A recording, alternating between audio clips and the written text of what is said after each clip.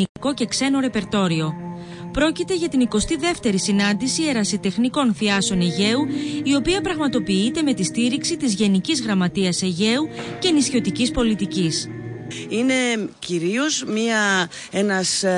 ένας τρόπος επικοινωνίας όλων αυτών των ανθρώπων από τα διαφορετικά νησιά, όπου έρχονται εδώ, ανταλλάσσουν απόψεις, βλέπουν ένας την παράσταση του άλλου και έτσι συνεχώς βελτιώνονται. Θέλω να μου φέρνει λουλούδια.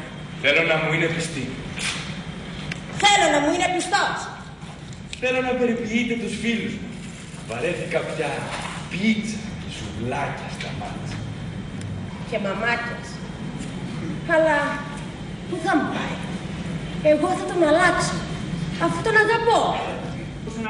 Η συνάντηση πραγματοποιείται κάθε χρόνο σε διαφορετικό νησί του Αιγαίου, δίνοντας έτσι την ευκαιρία στους νησιώτες να παρακολουθούν προσεγμένες θεατρικές παραστάσεις. Και ήταν πολύ μεγάλη χαρά και τιμή για το νησί μας η παρουσία 24 θειάσεων του Αιγαίου. Αυτό σύσφιξε τις σχέσεις των ομάδων, έδωσε χαρά στο νησί, έδωσε χαρά στον τόπο.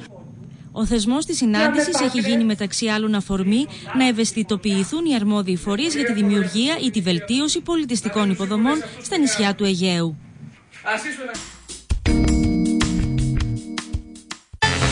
Μη χάνεις τον χρόνο σου.